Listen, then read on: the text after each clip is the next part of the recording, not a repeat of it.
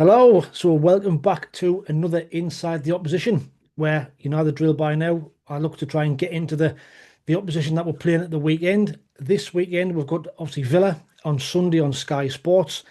So tonight I'm delighted to be joined by Gary Bennet from Every Week We Follow, and How you doing, also Wayne? I'm good. How are you? Yeah, Also, thanks for having us on, mate. thanks for coming on. A fellow fanalist as well. So how are you enjoying the fanalist side of things as well? Well, mate, so far it's so good. Obviously, there's a long way to go, isn't there? There's been some speed bumps. It's fair to say, which you're going to get when something's starting fresh, I guess. Um, but yeah, I'm looking forward to that November launch when it gets out to the public and see how it looks. And once it's updated properly, I do believe in it. I think it's a great way of interacting with football for fans, and the fact that we're part of it, mate, and being able to lead these kind of discussions already, I think is going to be. I think it could be a great thing for all of us. Do you know what I mean? So fingers crossed it takes off, and you'll see more of us all over your Sky channels, mate. And let's see what happens. Fingers crossed. And I was on Saturday. You were on. Was it last week or the week before? I seen your little I section on was there on as well. deadline So day. Yeah, I got yeah, I got dragged on. It was funny, but brilliant. I loved it, and I can't. I really hope we get more opportunities because I think it's just like I say, that insight. When we got pitched the idea of analysis, I was kind of like um, bored of listening to Gary Neville and yeah, Jamie Carragher talk about my club and go, and you go, well, you don't watch them week in, week out. And actually, I don't agree with what you're saying there. And I don't think you know the fundamentals of why that's happening. So to have a front row seat to some input around that is fantastic. So yeah, buzzing. it's cracking. It's cracking. Long may it continue. But like I say, the concept of it's brilliant. And like I say, so far so good. So long may it continue. But we'll Yeah. get into the weekend. So Villa, obviously they've made history for all the wrong reasons this season. So I think it's the first time in your history you've gone 4 league games without scoring a goal. So what's gone wrong? What's happened there? Mate, I've been talking about this a lot this week. We did our Everton preview review obviously this week to try and pick it apart, and I think it goes much deeper than that one game. It was a poor performance on Saturday, but if we go back to the last game of the season against Man United, Hmm. I just feel from that performance onwards and what's gone on during the summer transfer window that something's not right in that dressing room. It's not these players haven't suddenly become poor players overnight. That they've all played in the Champions League last year. Yes, we've had some comings and goings. Hmm. I don't think you can use that as an excuse. I think that happens for every team. It's part and parcel of football. I just think the way that we've handled business or had to handle business has had a rippling effect through the squad. And I've read lots of things, but in my opinion, just having played football myself my whole life in at Yeah, various, not obviously never at a high level, but in various teams, when teams aren't clicking and there's something that's not right in that the chemistry's not yeah. right. Whether that's relationships have broken down within the squad, and I just feel like there's a lot of that. And I think the main instigating reason of that is probably the sale of Jacob Ramsey in the summer. Like I've never seen a professional players come out so publicly against the transfer, mainly because one, he was popular within the dressing Yeah. room. He's an academy product and everyone loved him. And I've met him a couple of times as well because I've done some charity work with Acorns and he's done that. He's Villa through and through, mate. And Yeah. what I can imagine is that he didn't want to leave. We offered him new terms the week before he went to Newcastle, and I think that was the final straw because what I've read, and I don't know how true this is, but like I think after that Man United game, it's rumored that senior players, or at least our most expensive earners, were sat down and kind of been explained that look, one of you is going to have to go because this PSR we PSR. can't afford the wage. Well, it's more SCR that this squad cost ratio nonsense that we've had to try and get down because our wage bill is too high. Because obviously we got into the Champions League, we gambled, Yeah. we had to try and buy players. Obviously, we failed in getting there back again, so now it puts us right in the mess. And what it looks like is that likes of Tyrone Mings, Luca Digne, Emi Martinez, Ollie Watkins, all our top earners were probably sat down and said, look, we probably need to either offer you new deals and you take a reduced salary, or we look at selling you. And Tyrone Mings and Luca Dean did exactly that. They signed new deals but on reduced salary. Um, we got rid of Leon Bailey. He went Yeah. to Roma, salary covered. Um, it was probably Ollie or Emery that was obviously they're both heavily linked to going to Man United. Yeah. and neither happened. And I just feel like Emery then has tried to push that move probably in the last week of the transfer window. And Villa knew that there was no offer on the table. But it's Yeah, like, okay, you can say you want to leave, but there's no offer on the table, so we need you to take this pace around it. And I can imagine he's probably going, well, no, I'm contracted. I want my that's it. 150k a week, right? Yeah, And that's he's within his right to do that. That's absolutely fine. But then what that meant was that Jacob Ramsey had to be sold because it was pure Aye. profit, and someone had to go to balance the books by the close of play on that transfer window. And I just think that's unsettled the squad, mate. If I'm honest, and it's shown on the performance on the pitch. I mean, I think it has. I mean, I'm really surprised at the start years of made. I mean, Mm. do you think it? I mean, it even hurts more because Ramsey's gone to them up the road, which Yeah. hurts even more, which I wasn't really best pleased about. But also as well, I mean, looking at your squad, do you think it could be likes of John McGinn and like Tielemans? Do you think they could be getting on a little bit, and could it be that Well, kind of there is impact as that well? 100%. Like I love John McGinn because he's our squad captain. He epitomises what a footballer should bring to a squad for me: energy and heart. And is he the best technically? Probably not, but you know exactly what you're going to get from him. Yeah. And he's versatile, he's happy to help the team. And you need players like that in your squad, don't you? That are versatile and willing to die for the team. So I expected John McGinn this season actually to probably be a bit more of a squad player. Mhm. The pre-season we had wasn't the greatest, but there was snippets in there. Like we had a pre-season friendly against Roma, and I went to that game and I thought, wow, actually we looked really good. We were zipping the ball around, and this is when we still had Jacob Ramsey. Ramsey looked Yeah. very sharp. Emi Buendia looked sharp. Ollie Watkins looked really sharp. He was like to a point where, and I'm one of Ollie's biggest critics, mate. I think he should score more goals. I think Yeah. he brings a lot in energy and work rate, but he should be more clinical. He missed 33 big chances last season, Wow. and we missed out on Champions League on goal difference. I'm not That's saying right. it's all Yeah. his fault, but if your main striker's missing that many chances, you kind of like the questions have to be asked. Yeah. But he absolutely looked sharp in pre-season, and he scored 5 or 6 goals, and you just go, oh, okay, he looks up for it. And then all of a sudden, we faced Newcastle on the opening day, and honestly, it was like the squad had never played together. Aye. And I think the biggest frustration for me over the last 4 games, and we've had this international break, obviously. So we've watched 7 of our starting 11 on Saturday. And again, whether they're aging or not, when away on international duty, all of them performed for their countries. Aye. Matty Cash scored 2 goals for Poland. John McGinn had a great game for Scotland. England-wise, Ezri Konsa scores his first international goal. Looked absolutely solid at the back. Morgan Rogers, I was like, yes, Aye. finally, something's Tremendous. clicked. Right, this guy, we know how good he can be. He's been a revelation for us. And then to watch that performance on Saturday, I think it was for Morgan Rogers. It was one of the worst performances in the Premier League era by any player. 67% pass completion, no dribbles completed, 1 out of 9 duels, ground duels won. He was just ineffective completely. And watching Ollie Watkins trying them two together just hasn't worked where it did last season. Aye. They were our main goal threat. They brought all the goals, and it's no surprise to me that we haven't scored yet because there is something fundamentally wrong in that squad. Like, and I don't know what it is. Like, obviously, Yeah, well, but that's it. it looks like there is beef in the dressing room because it's.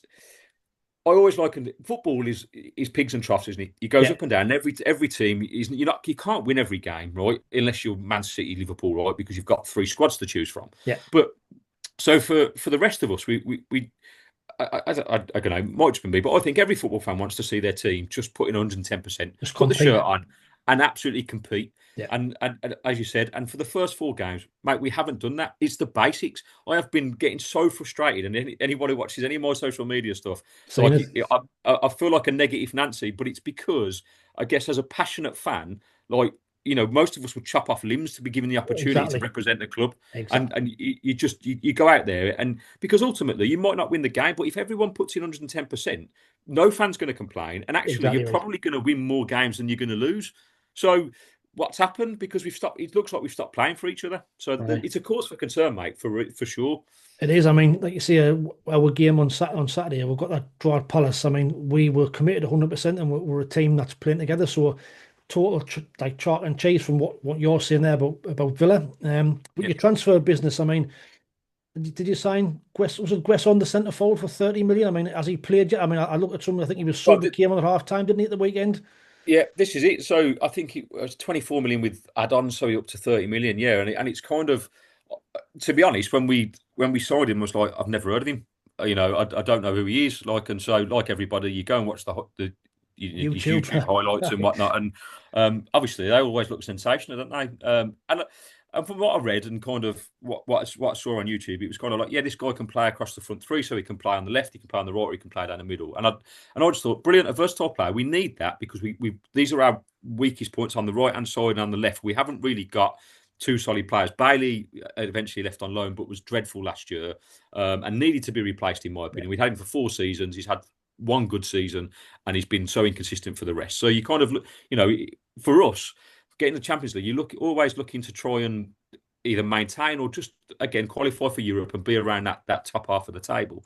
So you're looking at players that have got that experience, and obviously he's done it in the French league, and I always have questions about that because whatever you think about football, the Premier League is the best in the world, and it's the best in the world because it's the most competitive throughout the league. I truly believe that any team on their day can beat any other team, and that's what makes it so wonderful to watch, right? And so when you get a player from France, I always sit on the fence and go, okay, right, let's see what he's made of. And this is my biggest frustration. And this is where I think, Emery,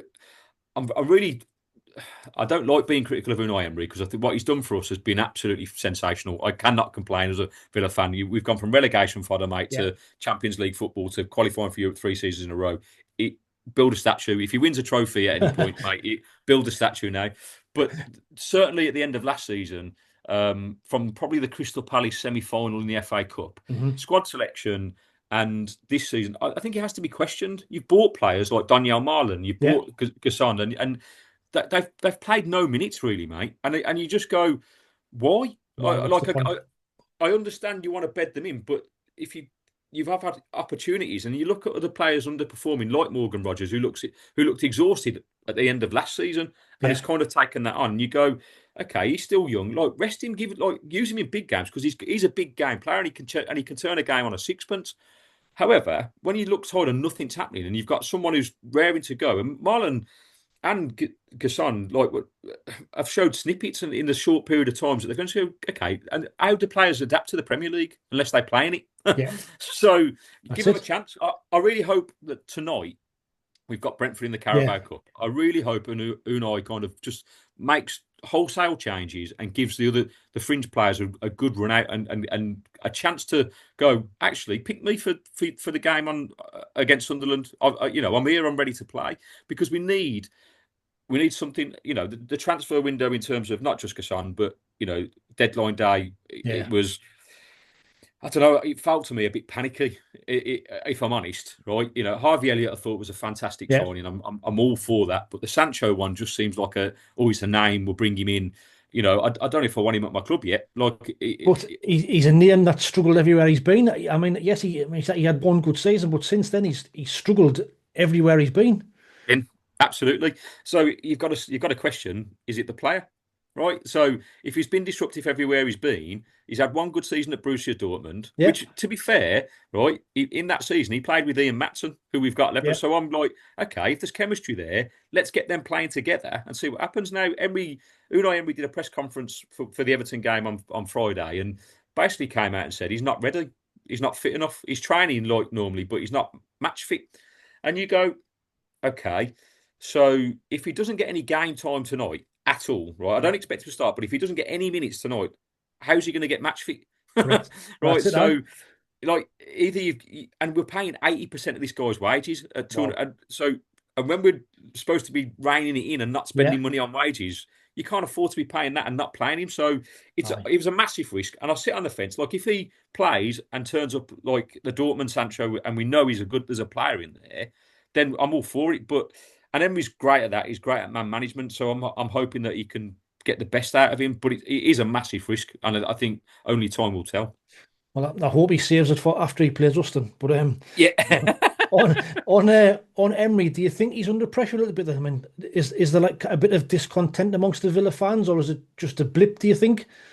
I think it's just the blip. I mean, there's lots of speculation, mate, and this is I get frustrated with a few of our fan base because I think we're too eager, particularly since we got promoted from the Championship to the Premier League. Right, you get the glory hunter fans that come in, and obviously we've moved up, and it's like you want instant success, and that Yeah, for me, I think that's really naive. I think you've got to, what are you trying to build? Like we are we've been trying to, the owners have basically come out and said they want us to be in the echelons of Champions League football, European yeah, football. We've got one of the best managers in world football, right? So anyone talking about getting rid of him at this point, for me, needs to give their head a wobble yeah, because exactly. Aye. it's ridiculous. It's 4 games in. Like there's been lots of things speculation about. In his third season, he always struggles, and he did it at Sevilla and PSG, and I go, yeah, but the pressure in these teams was immense. Like he hasn't got that at Villa, and he shouldn't Yeah, have that at Villa. In fact, if anything, in the last 3 seasons, we've overachieved, mate. yeah, yeah, Like, and we're still using what is more or less Steven Gerrard's team. yeah, And he's had, I think, 5 or 6 transfer windows. Obviously, he brought in a few players last season for the Champions League, but again, it was a astute bit of business. Tillemans on a free transfer. yeah, We had John Duran, who was an yeah, unknown yeah, entity, really, and so it was a astute bit of business. He hasn't really gone out there and bought players that he probably wants to buy. So I think what we need to do this season is somehow, because we gambled last season in those players that we did buy, is to try and either win a trophy and qualify for Europe that way, or via league position. Now, obviously, we haven't made the very start, but the one saving grace is, I think it was the second or third season, 2016-17 with Sevilla. Unai, the first 5 games for Sevilla, they lost the first 3, drew the next 2, and he had a very much similar speculation. Is it Wayne? Do we need to get rid of him? Do we need to change? And he went on to finish 5th and win the Europa League. So yeah. do What was the you sign? know what I mean? I'm taking, that's my only positive at the moment, mate. And if that happens, obviously, I'll be, we'll see what happens. I am never quick to judge anyone in the first 3, 4, 5 games of a Premier League season. It's Yeah, 38 games long, isn't it? And so I'd love to come back after 10 games. I think pretty much after 10 games, you have a fair inkling of what teams are going to I be think doing. so. Aye. And if we're still lingering at the bottom, then yes, questions probably need to be asked. But at the moment, let's see what happens in the next 5 fixtures, because we could easily go on and win the next 5, and be everyone's singing his praises again. Well, that's it. I know we've got 3 league games that will be before the next international break, but you've got Brentford tonight. Is it Yeah, Bologna in the Bologna Europa in League? the So, following Thursday. I Yeah, mean, what do you think he's going to prioritise? I mean, do you think he prioritise Europe? I mean, or will he want to run in the Carabao? Or obviously, I the league's got to be I more I, important. I think that the Europa League is the one, mate. He's the most experienced manager in that tournament. Yeah. And this season you haven't, it started last season. We haven't got the Champions League teams dropping into it. Yes. So I think the standard of the league, of the Europa League, once you get to the knockout stage, if you get there, is up for anyone's really. I think there's probably 2 or 3 teams that could disrupt it. Roma, Forest, potentially that. But I think BBC came out and said we are favourites to win it. And I don't like that, because Is that, I is that like a good I thing like or a when we go bad under the thing? radar. But I mean, currently, if you look, if he doesn't sort out what's going on in that dressing room, we won't be Aye. out of the group stage. Like, we just won't, because any team in Europe, if you are disjointed like that, will tear you apart. Yeah. But Bologna we played them last year in the Champions League. Our group stages, it's a really favourable draw, if I'm honest. And I think you've got to be targeting that, because, like I say, it almost kills 2 birds with one stone. If we can pull off this miracle and win the Europa League, obviously that's straight back into the Champions Yeah. League. Then you're talking 2 out of 3 seasons you're in the Champions League. The money that generates straight away. We are trying to do things right off the pitch commercially, like we're extending the stadium. We've got a music venue being built out the Yeah. back of Villa Park. There's transport links that the Birmingham City Council are close to agreeing, and so it's going in the right way commercially. We've had new brand deals this year, like new corporate sponsors that are they're putting us on a global scale. The owners know what they're doing, and but we have to be up there in the Europe to be able to sustain that. Aye. Yeah. Otherwise, if Yeah. it's not, it all falls apart. So it's a big risk, but because we could end up with nothing this year. When you go for a trophy, if you do that and it comes out and we don't finish it in the league positions, because it's a tough league. I think It is. anything from probably ninth to to fourth is going to be really tough this year. There's various teams that are going to be competing, and we haven't been able to do the business that we probably would have been able to do if we'd have qualified for the Champions League last season. Aye. So it's up in the air. But that for me is the one. Win the Europa League, qualify for the Champions League, and suddenly this time next year everything will feel probably a bit more rosy. We'll be able to spend more money in the transfer window. So fingers crossed, mate. Fingers crossed. But from looking from the outside in, it seems like that result at Man U last game of last season has kind of been the catalyst for all this. You beat Man United in the last game of the season. Everything's a different scenario altogether. Mate, we didn't even have to beat them. We just needed to draw. It was a draw, wasn't it? Last week, aye. And I mean, don't get me wrong, right? That game, it was quite funny about that. That was, for the Finalysis audition, we had to write a match report, didn't we? Yeah. Right? That was what I had to write on, right? And I just thought, oh my God, this has got the most negative thing ever. I'll try not to swear. On paper. And it was probably our worst performance of the season. I thought we were bad against Crystal Palace in the FA Cup semi-final, but considering what was riding on the game, qualification for the Champions League, you just don't lose the game. Correct. I don't. I just reading between lines. I don't know if speculation of Martinez going to Man U had started then, and he had one eye on that because the decision for his decision to come out and make that tackle that got him sent off. I'm watching it, going, what is he doing? Why? The ball's going away from goal. He doesn't need to come out and do that. And obviously we had the controversial disallowed goal, right? And I'm not saying I think it should have been a goal. Like it was a terrible decision by the officials. I'm not saying we would have won the game because even with that goal we were still playing terribly. Yeah. But maybe we don't lose the game, and maybe Man U don't come at us the way, because goals change games, unfortunately. But it wasn't to be. And obviously we end up with nothing. But it wasn't just that game. I could probably name you 6 or 7 games during the season where we threw points away. Aye. That actually, if we'd have won half of those, we'd have finished 3rd or 4th. Easy.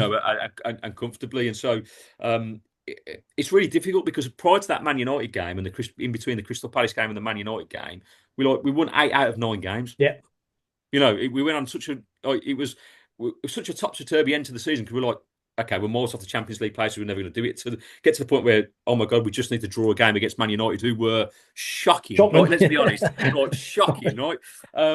And we just couldn't do it. And we made them look like prime Barcelona. Like watching that first half, I was like, they're pinging the ball about. What is going on? We just walked around the pitch. I was so angry, mate, because again, it was just what was riding on the game. And if you can't get yourself up for that, either something's wrong in that dressing room and something was afoot then, right? Because or it's just you have an off day. But like I say, we had games against Nottingham Forest away where we were 1-0 up in the 87th minute, lost 2-1. We had Ipswich at home where they were down to 10 men for 49 minutes and we drew 2-2. We had a Bournemouth at home, we were winning with a minute to go and we conceded a last minute goal. There's just so many games where we could have and should have, even Spurs away, we were winning 1-0 at half time, looked really comfortable. And then second half, we lose 4-1. I couldn't believe the difference in 2 halves. And you go, how's that happened? And you just so there's like 5 games, and you win 2 of those, and we finish 4th. And that's done. It's done. So it just shows you, look, football's a funny old game, as they say. But obviously, we're back in the Premier League, first time in 8 years. So, what's your thoughts on what you've seen? Or have you seen much of us this season? And what's your thoughts? Yes, mate. I always watch the newly promoted teams because obviously the last couple of seasons everyone's gone straight back down, right? And I'm worried that there's that gap's getting too big, and that actually even so everyone like 17th and above is, although can't spend like the top 6, but are still miles ahead of any team coming up from the Championship. And so watching your transfer business through the summer, like I couldn't believe you signed Granit Xhaka from Leverkusen. We can't still believe it. Like it was, I just thought that is an astute bit of signing, and it sets the tone. And like I just think, and the way you've started the season, mate, has been brilliant. Like just as you know, newly promoted to be difficult to beat at home. So watching your games at home, and that's exactly what you've been. Obviously West Ham are in serious danger, probably. I think more than we are. I still think we'll be okay, but I've watched West Ham's performances. I think they're in a lot of trouble. And then I watched your Wolves. I think Wolves are in desperate trouble. Wolves, I think. Yeah, I think they have been for a couple of seasons. I think things aren't quite right, and so, mate, I'm hoping out of the teams that have been promoted, because and I'm sure I'll get grief for this, but I can't stand Leeds United. Right? I just can't. I think I've got trauma from kid growing up. So my stepdad, who I grew up with, who was a massive Villa fan, hated Leeds because of all the stuff they did in the 70s and how much they, there was a lot of rivalry there for whatever reason. So I think that's just been embedded into my brain. So I've got this kind of bias against them. So I hope they don't. I hope they go straight back down. But I've always admired Sunderland. I think you've always had a fantastic fan base. I've always enjoyed the derby games between you guys and Newcastle. Yeah. And similar, I know you won't like this, but I like Newcastle fans. On our podcasts and on our social media, we always get great interaction. It's always kind of, fairly level-headed and straightforward. And I've been on a couple of Newcastle podcasts and had great discussions about the game. And you go, yeah, that's a reasonable football debate. I like that. Proper fans, fans, like passionate and kind of banterish and all that kind of stuff, and that's what you got to love. So I really hope this season for you guys that you break this duct over the last 2 seasons and stay up. I do, and I said I was saying I did a TikTok live earlier because we were talking briefly about the Sunderland game, and I just kind of said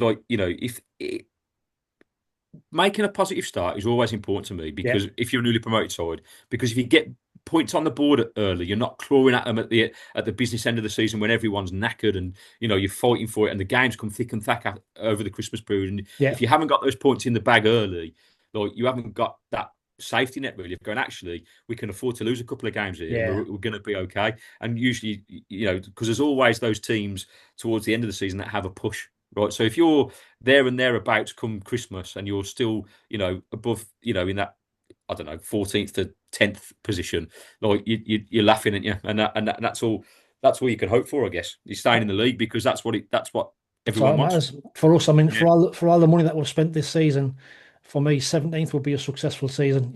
If we survive by 1 goal in the 89th minute on the last day of the season, it's a successful season for us. That's all you need to do. The first season. You survive and you build from there. We know it's going to be tough. We know it's going to be difficult, but I think you're right. What you're saying that it's a lot more even this season. I think like you've got Wolves. I think Brentford might still struggle this season.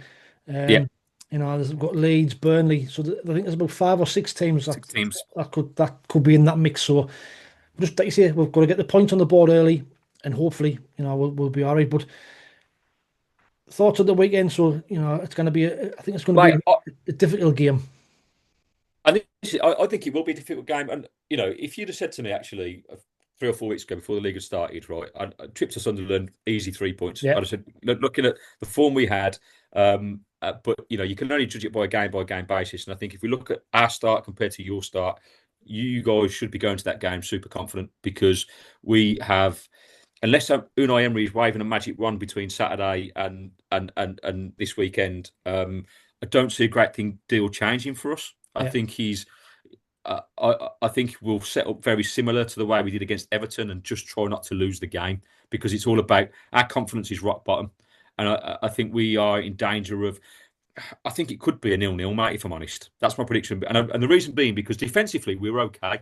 We set up okay. With Martinez between the sticks, I think we are difficult to beat. But, mate, we've got nothing going forward at the moment. There's no creativity. There's no energy. There's no movement. There's no...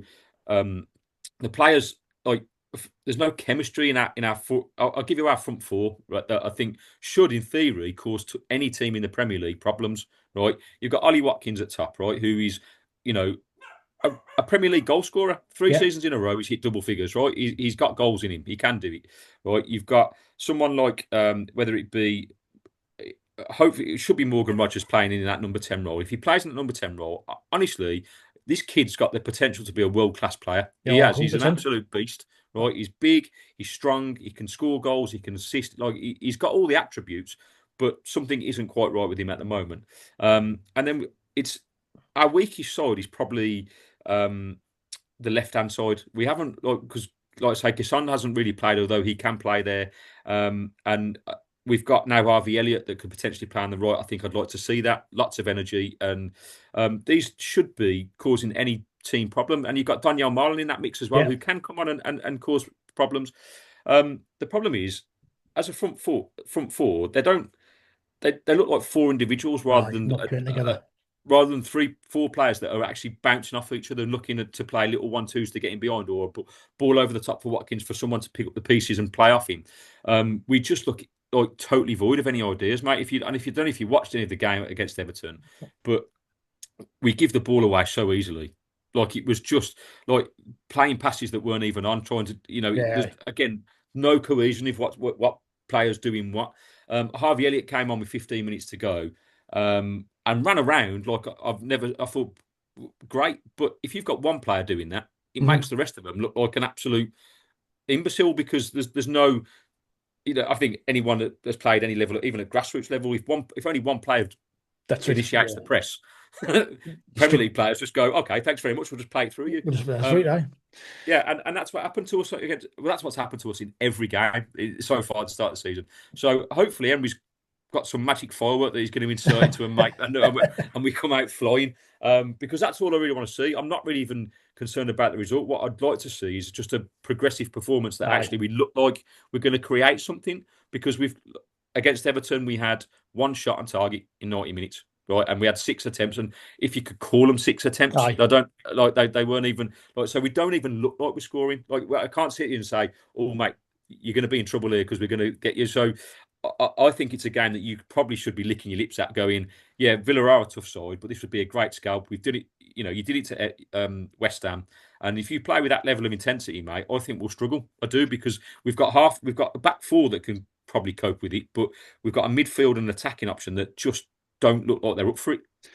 Well, fingers crossed it stays that way. Well, anyway, Yeah. so Gary, I've got 3 minutes left on the Zoom. So thanks for coming on. Really, really appreciate it. Was that your score prediction going to be 0-0? Is that what you I said? think so, yeah. My score prediction is going to be 0-0, mate. Nice one. Nice one. Well, yeah, even though we were at home, another point against the side who finished top 6, 7 last season is will probably be a decent result. So, but thanks for coming on. I do appreciate you coming on. Do you want to give your channel a plug just before wrap up? Yes, mate. Obviously, every week we follow podcasts. It's a Villa podcast. We've been going for about 9 months. If you're into Villa and football chat, just come and follow us. We're on YouTube and TikTok and all of the above. So yeah, come and check us out. Yeah, we'll hopefully see you again soon, Wayne. We'll get you onto ours and we can have a proper chit chat. You certainly will. I'll drop your link for your channel in the description below when I put this out. It'll be out tomorrow. But go give Gary a follow. Every week we follow, and we'll no doubt we'll see each other at some point during the season again. But watch out for the match preview coming up for the Villa game as well. Also tonight or tomorrow, you'll have watched it. Tomorrow there'll be a live stream for Matty with Imagine Not Being Leeds, where we'll do a weekly show as well. So keep an eye for that. But like I always say, thanks for watching. Take it easy, stay safe, and we'll see you in the next video. Cheers. Sunderland's where we live and fight with pride.